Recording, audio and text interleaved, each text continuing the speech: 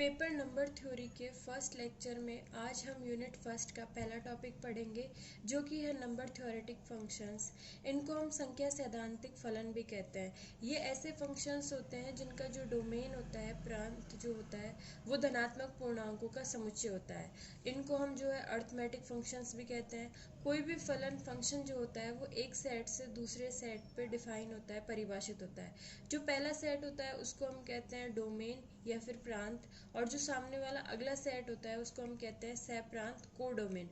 तो अगर आपके फलन का पहला वाला जो सेट है वो पॉजिटिव इंटीजर्स का सेट है, z प्लस के एलिमेंट है यहाँ पर, तो ऐसे फंक्शंस को हम कहेंगे नंबर थ्योरेटिक फंक्शंस। जो बहुत ही इम्पोर्टेंट दो फलन है जिनको कि हम यहाँ पे पढ़ेंगे जो कि नंबर थ्योरेटिक फंक्शन है। पहला जो फंक्शन है वो है टॉ एन और दूसरा जो फंक्शन है वो सिग्मा। टॉ क्या होता है? टॉ जो है हम नंबर थ्योरेटिक फंक्शन है तो सीधी सी बात है पॉजिटिव इंटीजर्स पे ये फंक्शन लगेगा। यहाँ पे हमने ये फंक्शन n पे लगाया है तो टो n की वैल्यू क्या होती है? Number of positive divisor of n, यानी n के आप धनात्मक डिविजर विभाजकों को ढूंढ लीजिए, उनकी संख्या को हम जो है वो टॉ n कहेंगे। जैसे अगर मुझे टॉ 1 निकालना है तो 1 के डिविजर कौन है? 1 खुद ही है, तो नंबर ऑफ डिविजर कितने हो गए? 1। 2 का निकालना है तो टॉ 2 की वैल्यू क्या हो जाएगी? 2, क्योंकि यहाँ पे डिविजर क्या है? 1 और 2। ऐसे ही सिग्मा जो फंक्शन है ये है n के धनात्मक विभाजकों का योग, यानी जो डिविजर आपने यहाँ ढूंढे जिनकी संख्या, उन सब का अगर सम कर दे, योग कर दे, तो हमें क्या मिलता है? Sigma n। जैसे 1 के लिए 1 ही डिविजर है अकेला, तो सिग्मा 1 की वैल्यू क्या हो जाएगी? 1। सिग्मा 2 निकालना चाहे तो डिविजर कौन कौन है 2 के? 1 और 2, तो सिग्मा 2 क्या हो जाएगा? 1 प्लस 2, दोनों डिविजर्स का सम यानी कि 3 के इक्वल आ जाएगा। जैसे सिग्मा 12 निकालना चाहे हम तो जो 12 है उसके डिविजर कितने हैं? 6। कौन कौन है? 1 2 3 4 6 12। टॉ 12 में तो क्या आ जाएगा? इनका नंबर के डिविजर कितने हैं, और सिग्मा निकालना है तब क्या आ जाएगा? इन सब डिविजर्स का सम, जो कि योग हमें क्या मिलता है? 28। तो ये हमारे दो इंपॉर्टेंट फंक्शन है, टॉ और सिग्मा। टॉ जो होता है वो किसी पॉजिटिव इंटीजर्स के पॉजिटिव डिविजर्स की संख्या को बताता है, विभाजकों की संख्या को, और सिग्मा जो है इन विभाजकों के सम को, योग को दर्शाता है। ये हमारे दो फंक्शन है। अब यहाँ पर एक छोटा सा एग्जाम्पल है। हमने 1 का निकाला, 2 का निकाला, ऐसे आप और नंबर्स का निकाल सकते हैं। 12 का निकाला। एक ऑब्जर्वेशन ये होता है जब आप प्राइम नंबर का टॉ निकालते हो, इसका मतलब आप क्या ढूंढ रहे हो? प्राइम नंबर पी के डिविजर। लेकिन प्राइम नंबर पी को कौन कौन डिवाइड करता है? या तो वो खुद डिवाइड करता है, पी खुद को डिवाइड करता है, या 1 उसको डिवाइड करता है। तो पी के केस में नंबर ऑफ डिविजर कितने हो गए? 2। कौन कौन? 1 और पी। तो टॉ पी की वैल्यू क्या आती है? हमेशा 2।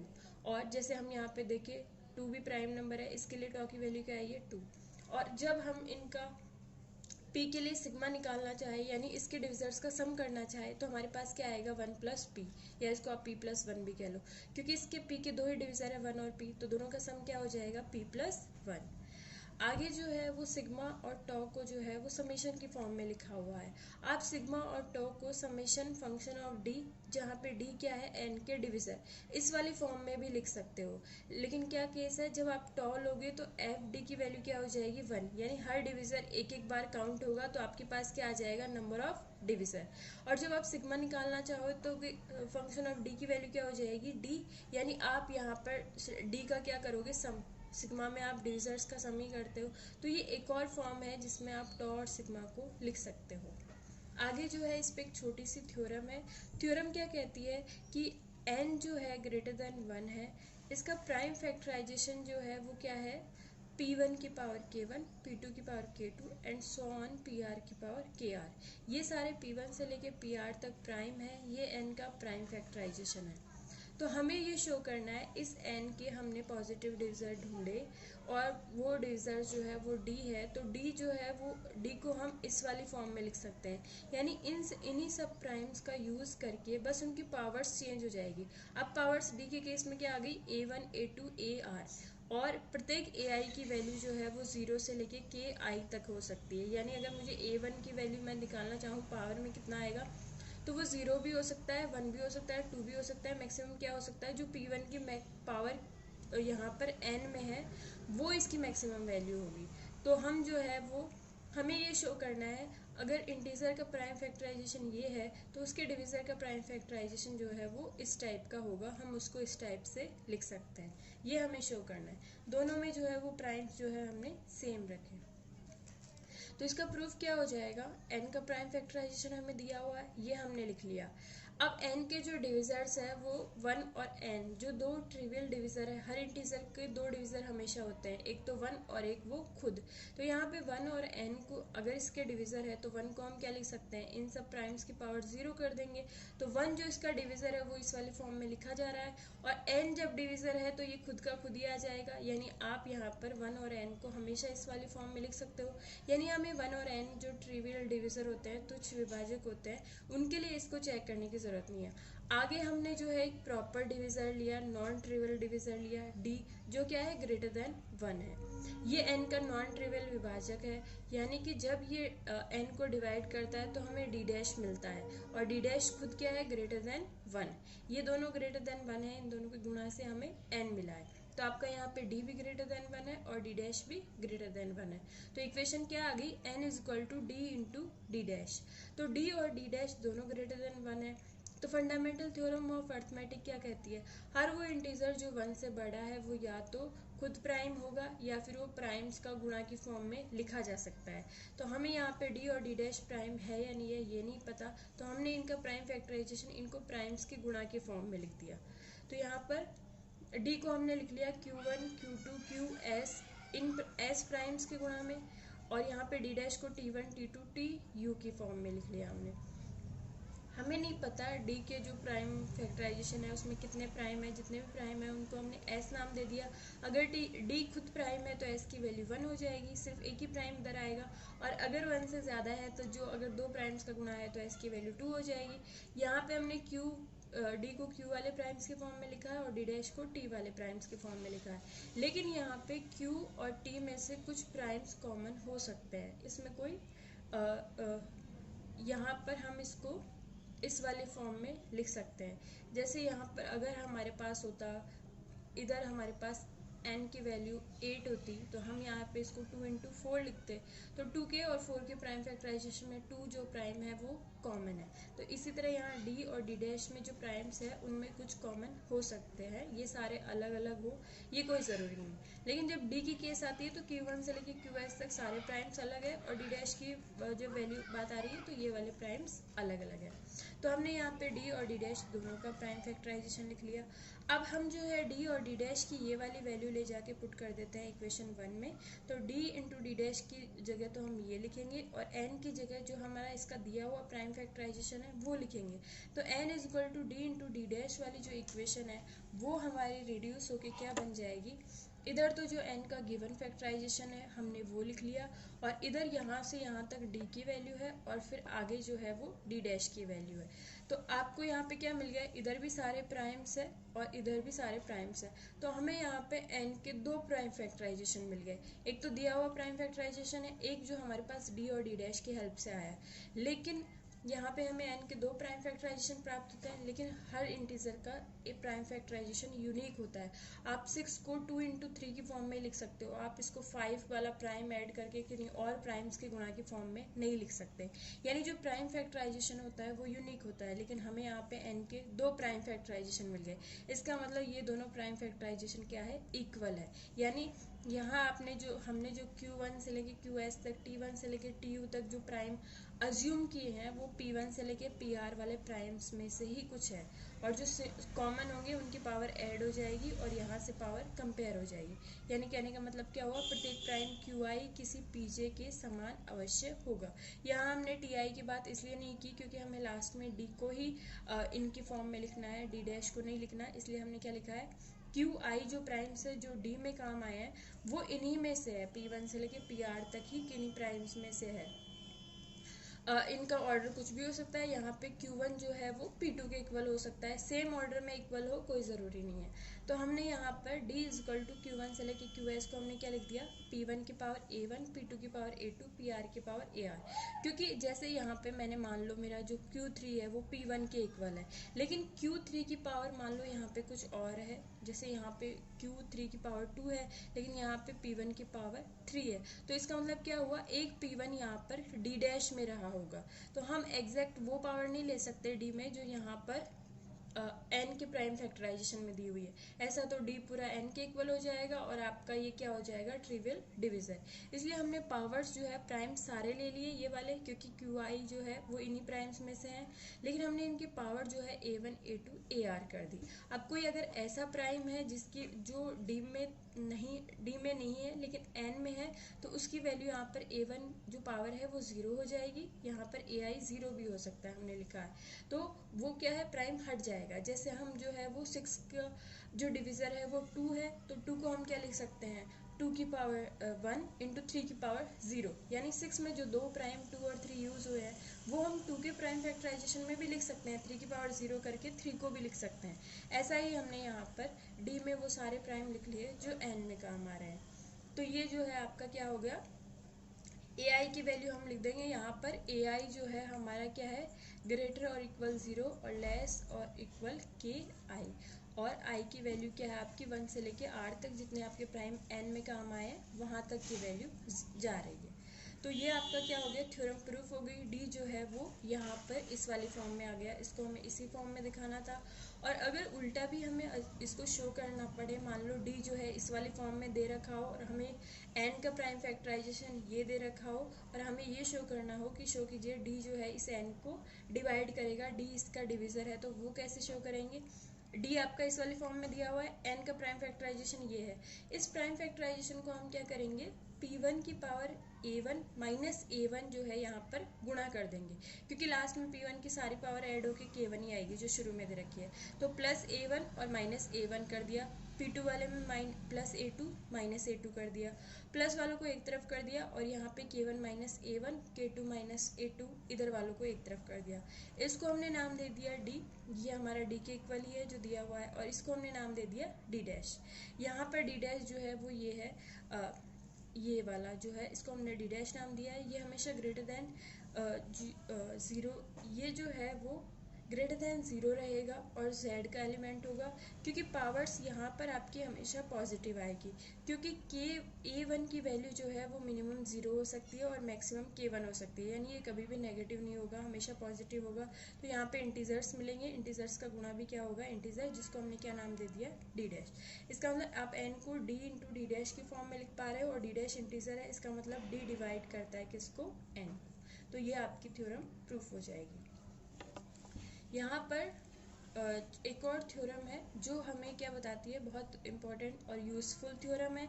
ये थ्योरम हमें क्या बताती है, अगर आपको n जो है वो एक बड़ा नंबर दिया हुआ है, जब छोटा नंबर दिया हुआ होता है तो हम टॉ और सिग्मा क्या करते हैं, उसके डिविज़र, जैसे 6 के 12 के, इनके डिविज़र ढूंढ लेते हैं, इनकी संख्या को काउंट कर लेते हैं तो टॉ आ जाता है, इनके डिविज़र्स को सम कर देते हैं तो सिग्मा आ जाता है। लेकिन बहुत बड़ा नंबर दे रखा हो, जैसे 180 और 100 के आसपास और 1000 के आसपास, या बहुत बड़ा नंबर दे रखा है, तो हम उसके डिविज़र्स ढूंढ के उनको काउंट करना, फिर उनका सम करना थोड़ा मुश्किल हो जाता है। तो ये वाली थ्योरम जो है हमें टॉ और सिग्मा के लिए फॉर्मूला बताती है। ये क्या कह रही है कि n आपका ग्रेटर देन 1 है, ऐसा इंटीजर है जो 1 से बड़ा है, इसका प्राइम फैक्टराइजेशन जो है वो ये है, P1 से लेके PR तक है, इनकी power K1 K2 KR primes की फॉर्म में हमने इसको प्राइम फैक्टराइजेशन कर दिया।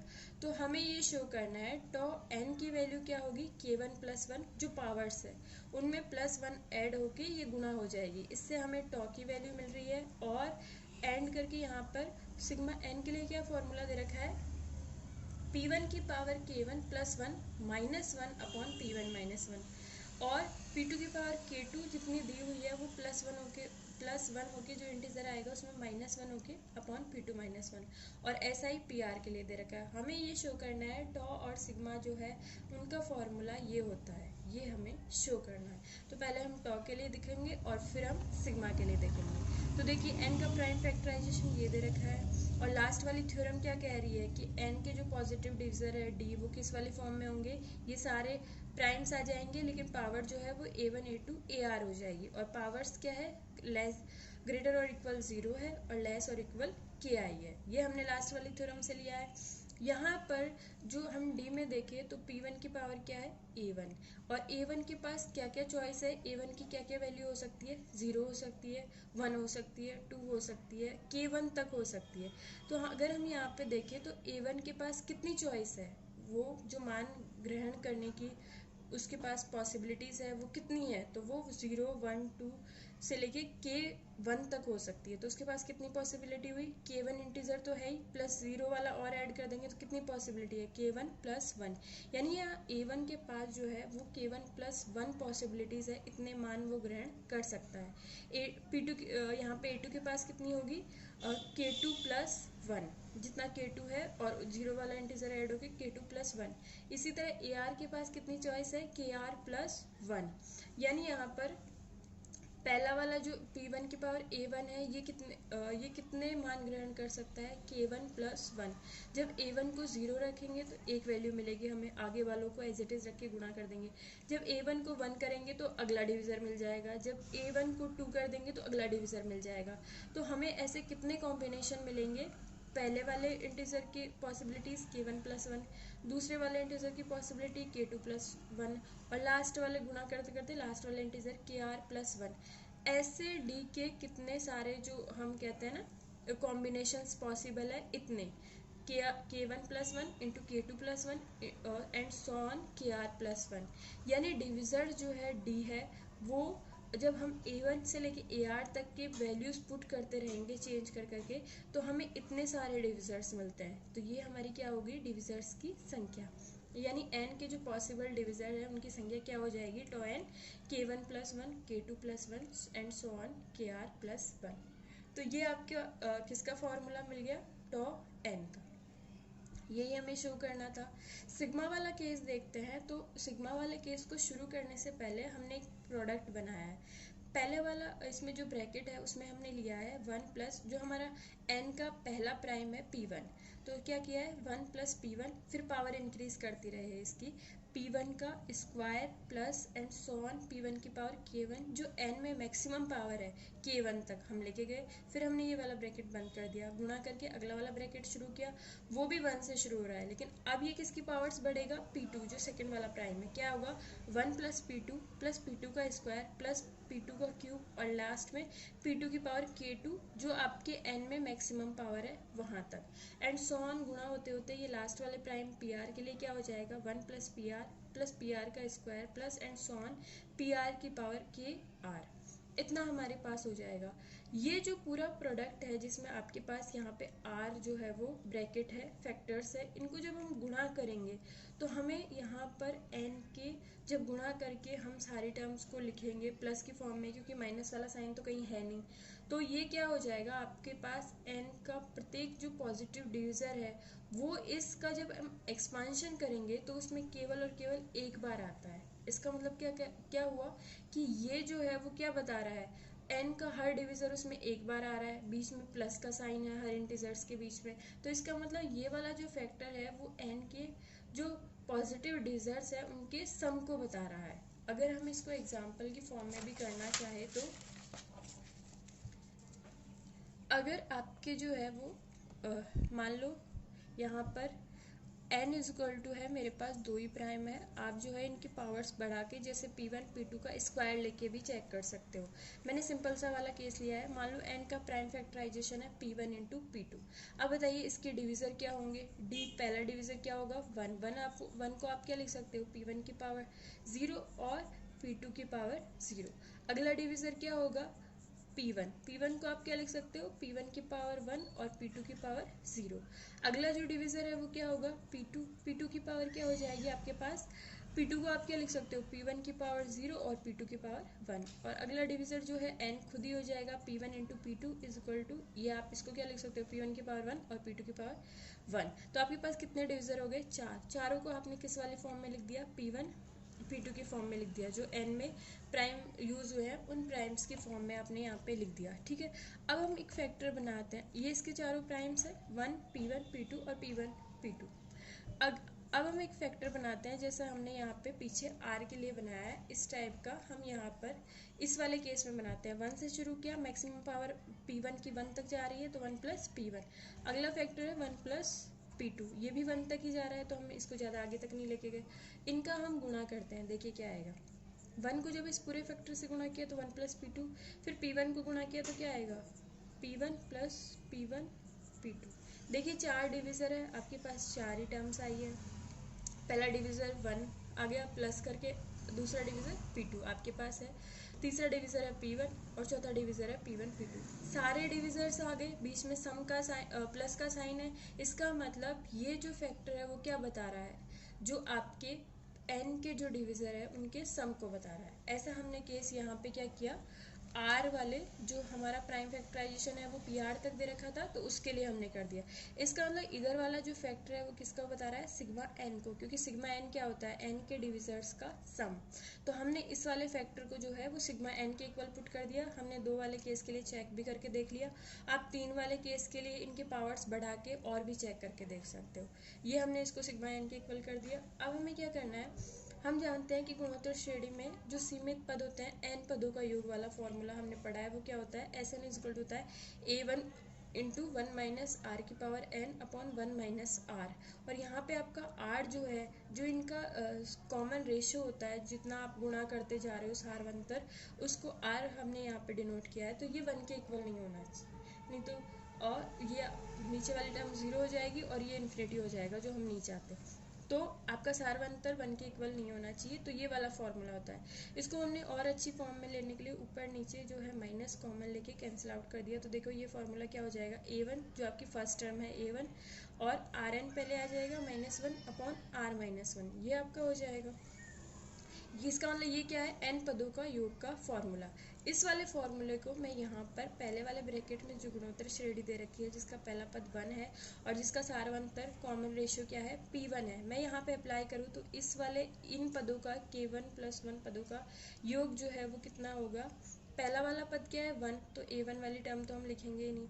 फिर R आपका यहाँ पे कॉमन रेशियो क्या है, P1 की पावर n, यानी जितनी आपके पास टर्म है। तो अपने पास कितनी टर्म है यहाँ पे 1 2 और ये K1 तक तो ये है, और पहली वाली टर्म में ऐड होकर कितने टर्म्स है, K1 + 1 -1 अपॉन R आपका P1 है ही, P1 - 1। ये वाला फॉर्मूला मैंने सेकेंड वाली P2 वाली श्रेणी में लगा दिया और ये वाला R वाली श्रेणी में लगा दिया। तो सिग्मा n जो है वो किसके इक्वल हो गया, इस वाले फॉर्मूले के इक्वल। तो सिग्मा n को हमें इसी के इक्वल शो करना था, तो ये आपका ये वाला फॉर्मूला भी आ गया। और अब जो है n = 180 के लिए हम इसको इन वाले फॉर्मूलों को अप्लाई करके भी देख सकते हैं।